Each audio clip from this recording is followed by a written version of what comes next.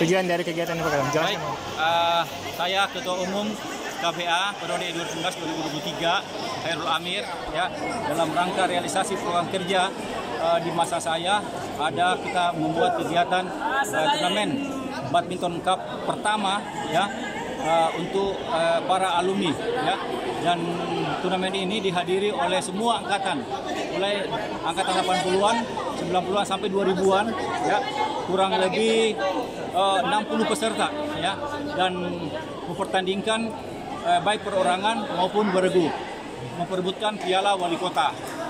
Turnamen ini sendiri bertujuan selain untuk mempererat ikatan silaturahmi antara alumni melalui olahraga, juga dalam rangka talent scouting, mencari bakat-bakat alumni yang berpotensi untuk di bidang badminton ini.